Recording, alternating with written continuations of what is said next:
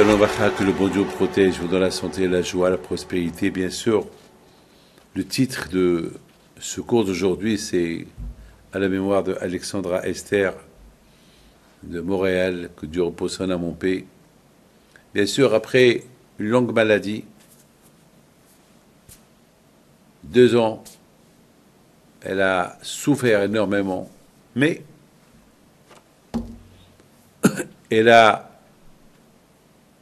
poussé la communauté, presque des millions de personnes, à lire Tehillim, à faire Shathala, à faire des mitzvot. Vous savez très bien que beaucoup des fois, on doit savoir que chacun de nous, c'est un diamant. Si par exemple, on nous donne un paquet de diamants, on les compte une par une. Et même s'il y a un diamant qui est sale, on ne le jette pas. On peut le nettoyer et le vendre. Il doit coûter cher. Même lorsqu'on est loin d'Hachem, on reste toujours un diamant. Il faut simplement, il dit le Maggid Mizrich, l'élève de Baal Shem Tov, il faut qu'on fasse teshuva. On va chez le Rav nous aide à faire teshuva.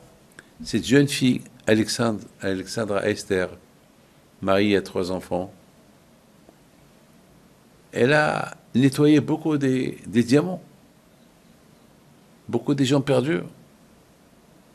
Lorsqu'ils ont vu cette femme, comment elle parlait du bon Dieu, jamais elle a dit « Ah !»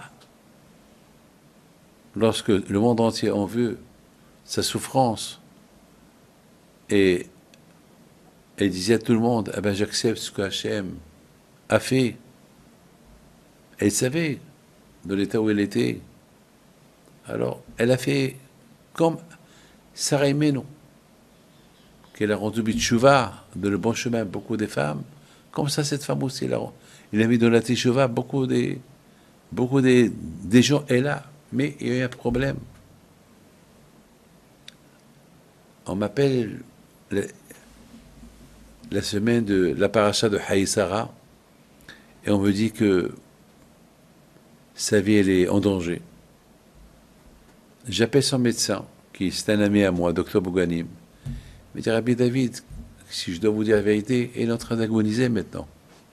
Donc j'ai compris, si le médecin me l'a dit, j'ai compris. Alors, déjà la question se pose, qu'est-ce qu'on va dire aux gens? Qu'est-ce qu'on va dire aux gens? Toutes les prières qu'on a fait pour elle. Qu'est-ce qu'on va dire? Des millions de prières, des millions de Tehillim, des millions de Hafarashat Hala, des millions de... Oh là là, pendant 2 ans. Du monde entier ont prié pour elle.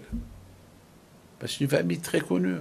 Son beau-père, c'est Rab Sadia Al-Haddad, très connu, du centre Breslev. Alors, il connaît plein de monde. Donc, il avait...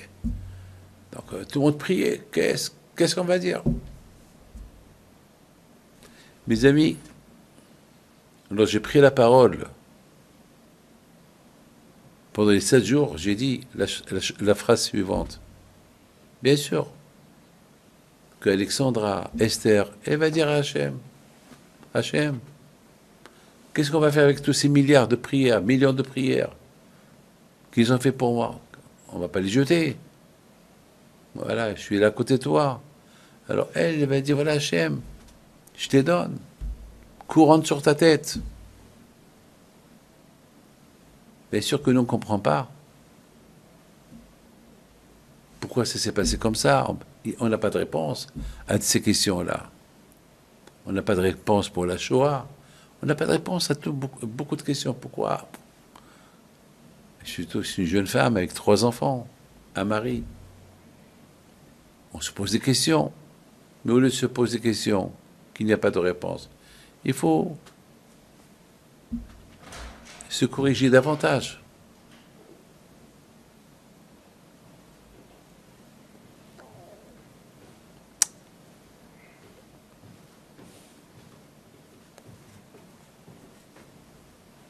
Il faut se corriger davantage. Peut-être faire attention dans la Shmirat HaLashon, parce que cette tzadékette, Zichronah Livracha, elle était toujours muette, elle ne parlait pas. Jamais elle a dit aïe. On lui dit comment tu vas? Elle dit bon Hachem, ça va. Alors qu'elle souffrait, son corps était brûlé. C'est de la folie ce que je vous raconte. Mais bon Hachem. Jusqu'à que, pendant que je recevais les gens, il vient me voir son mari. Il me dit, Rabbi David, pendant qu'on était en train d'enterrer ma femme, j'ai dit à Hachem, donne-moi un signe que ma femme elle est quelque part. Je suis seul avec 3 enfants.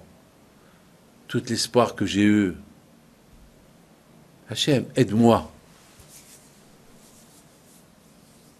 Et pendant que lui, il parlait, j'étais en train de voir ma montre. Et bien sûr, la montre, qu'elle veut dire le temps. Alors, en général, jamais je vois la montre. Pour ne pas gêner la personne qui est en face de moi. Parce que s'il me voit que je vois la montre, il va dire il faut faire vite, le rabbin il est pressé. Alors je me suis dit, si je vois ma montre, c'est qu'il y a une raison. Alors, vite, puisqu'on parlait du doute et on parlait de la mort d'Alexandra Esther, alors je lui dis, est-ce que tu as une montre à elle dans tes poches? Il allait tomber. Il était choqué. Il m'a dit, comment vous savez que j'ai pris sa montre? Je vais la prendre maintenant, avant de venir vous voir. Alors j'ai dit, c'est une preuve qu'elle ne veut pas,